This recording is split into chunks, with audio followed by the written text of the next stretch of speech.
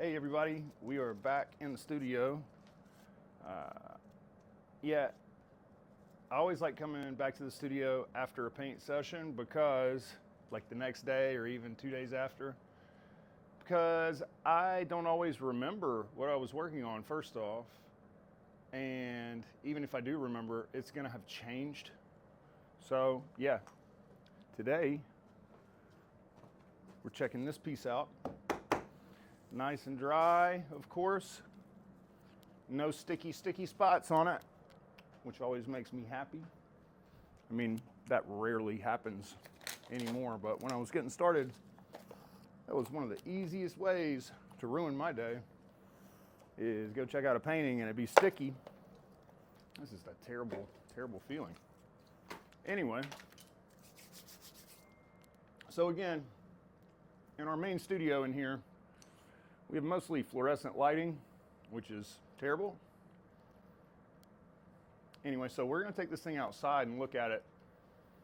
And just to let everybody know where my ramblings are headed today, I have to figure out if this painting is done. I mean, sometimes people will just take these things away from me and give me money, and then it's done for sure. But if they are still remaining in my studio, they are at risk. There is a high probability that if a painting stays in my possession for more than, we'll say, more than a year, it might get relayered. It just takes one day for me to walk in and be like, you know what? I don't like this painting anymore. It needs a facelift. And then it changes. And so anyway, that's not the scenario here. The scenario here is I really love this painting, but I have to step back and take it all in and let my intuition kind of let me know what direction I need to go next, or if it's done. So anyway, we're gonna take this thing outside, put it on an easel, stare at it a little bit, you know, just staring at art. That's what it's for. Kinda. So let's take it outside. All right, so now we're outside. There's not a lot of sunlight popping out here today, so we're not gonna get the, you know, the real effect that I wanted to see. But now that I get this thing out in the sunlight and have seen it,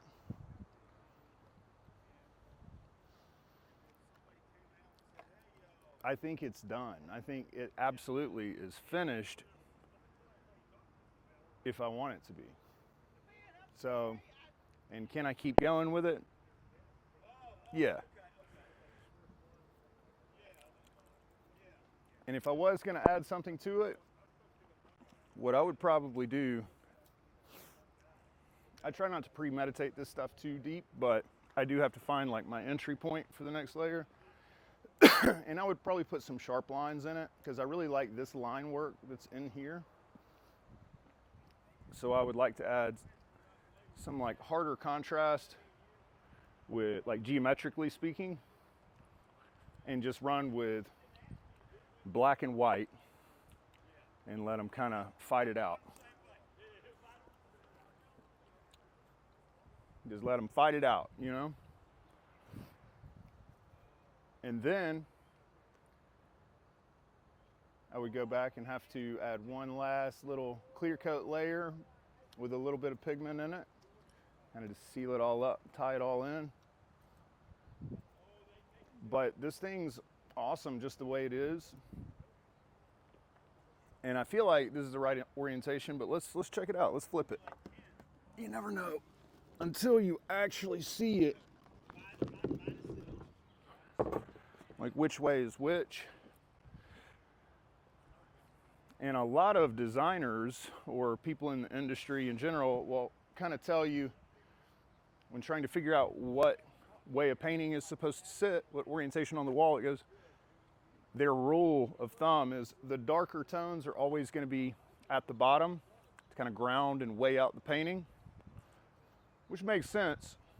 And I'll visit those types of rules from time to time when I'm confused and at a spot where I can't figure it out.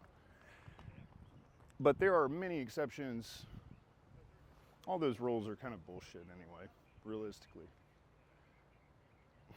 That's the way I feel. It's all made up. Somebody along the lines made all this shit up. So what's really right or wrong? It's art, you know? It's what artwork is about. It's like breaking the rules, right? So anyway, you gotta try it. What feels the best, what looks the best. And Daddy likes that way, right there. I like that. And the sunlight is trying to peek through. Let's turn this thing just a little bit towards the sun. Try to catch a little more of it.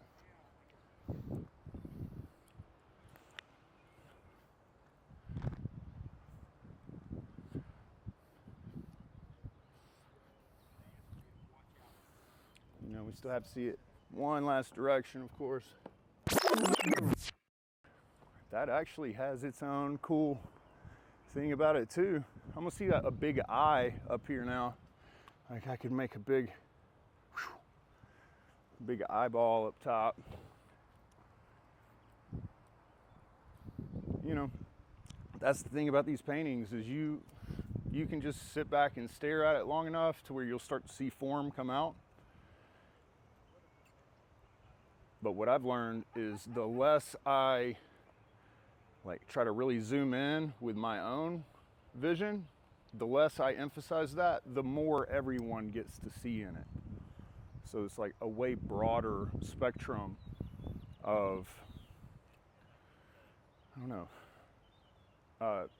more people can digest it and enjoy and appreciate it, because really it's all what's rolling around in your own subconscious mind. Like from day to day, when I look at this art, or any art in general that is abstract, I'm gonna see different things in it every day. And I love that because it's like a mirror, reflects back whatever's in your state of mind, whatever is going on up top. So it's kind of like, it's literally reflection, you know, you are reflecting on what's going on with you mentally. Or even deeper. So, you know, you'll hear me talk about the therapeutic value of art being like one of the highest and best uses of artwork in general, whether it's cooking, dancing, painting, whatever, you know. And that's how I got started in art, is just enjoying it for myself, the process. But also, even if you're not actually the creator of whatever we're talking about here, you can still reflect and get immense therapeutic value from just appreciating art, just going and checking out new stuff that you've never experienced before, never seen before. That can be a very healing thing as well. And that's why you should go and buy some artwork too. Anyway, so I do this type of stuff between layers. I like to just sit and think. I don't have a lot of time in my day.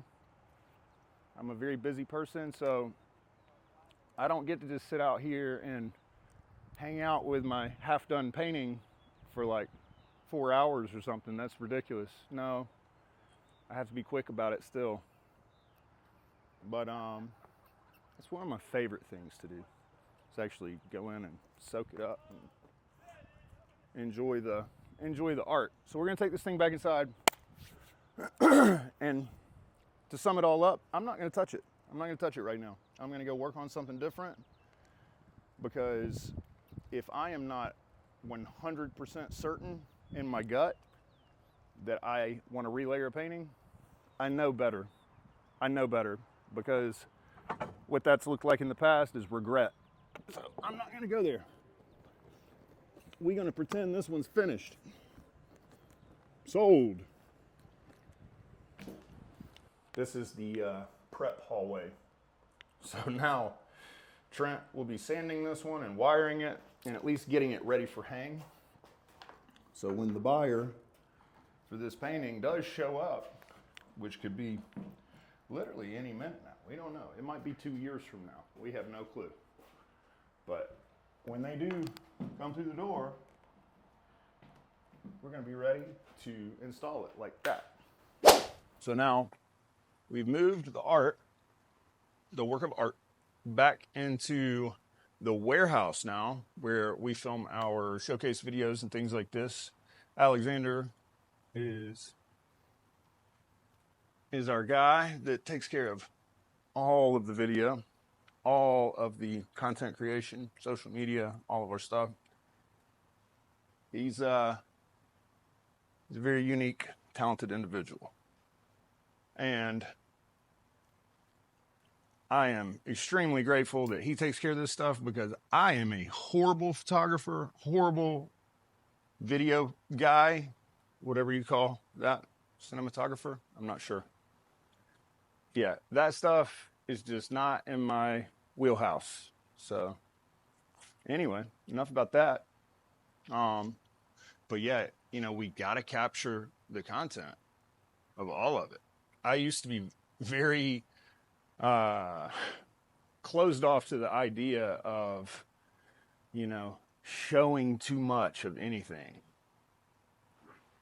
As far as like process goes, like how I do things, all the things that work for me. I think it's pretty standard practice for artists to try to hide and keep secret any of their stuff, for that matter. And I'll tell you this, with my experience, clients and prospects, they want to know all these little things. They have questions. They want to hear the story behind it. They want to know, how you decided to do this thing, or blah, blah, blah. They want to hear all these little details. And at the same time, so do aspiring artists that want to learn and want to, some people want to rip your work off. Some people want to admire it. Some people just are curious. Some people just want to talk to you. Some people want to buy the thing from you. I mean, there's all the scenarios. And instead of keeping everything secret and trying to protect your proprietary information that you might think you have, what I ended up doing is I just surrendered to it and just started going, you know what? I'm just going to put it all out there. Screw it. Who cares? Just put it out there. See what happens. Yeah, some people might copy you. Some people might do this. But, if you don't actually put yourself out there and get to that place where you're comfortable releasing all the footage and telling your story, one day you're going to get old and wish you would have done it sooner.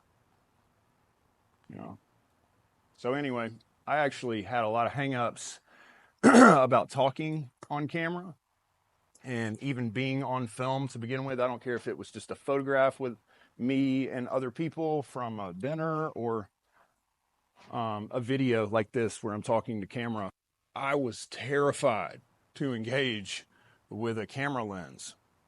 I would just freeze. I would freeze up. And I could feel it in my body, and it would just get worse and worse and worse as it went on. And that was a big problem if I was ever going to start doing stuff like this and get my work to actually go to the next level.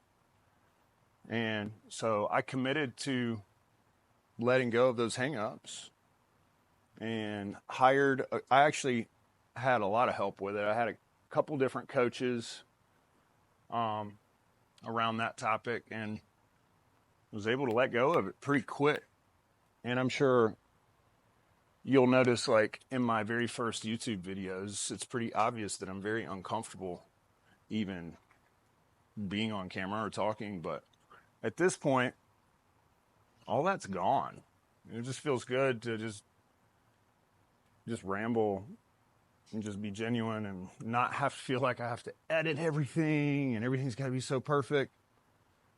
Not to say that I don't try to look the best and all the other things. Like presentation's super important, but I'm not going to let it consume every little moment that I have, because that's all anxiety at the end of the day. So anyway, where was I going with this? Anyway, I really enjoy watching Alexander shoot the showcase videos. Hope you've been enjoying it too. And we're going to continue to make random content as well as, thoughtful content. If you have any topics that you would like us to dive into and create some content around, drop it down in the comment. Let us know what you want to see, what you want to know. And yeah, if you got any value from today's video, make sure you like the video, share this with any aspiring artists that could gain some value from it as well. And definitely tune back in next time. Thanks. Are you an artist struggling to sell your work? Or maybe you're making some sales, but you want to turn your passion into a full-time, thriving business? If so, listen up, because I've been where you are and I've cracked the code. Over the last 17 years, I've built a career selling millions of dollars worth of my artwork without any formal training or a traditional art degree. I had to figure it all out on my own, and now I've put everything I've learned into one powerful resource. It's called the Artrepreneur's Blueprint. In this ebook I designed to help artists just like you, you'll learn how to sell more art even if you've never sold a piece of art before. You'll learn how to build a successful business from the ground up and price your artwork properly so that you can grow and stabilize your income and create a career with no salary cap. If you're ready to take the next step in your art business, the Artrepreneur's Blueprint is your shortcut. Don't spend years guessing like I did. Get the strategies that work. Click the link down in the description, grab your copy, and start making the kind of income your art deserves. Don't wait for success to find you. Go out and create it. Get your copy of the Artrepreneur's Blueprint today.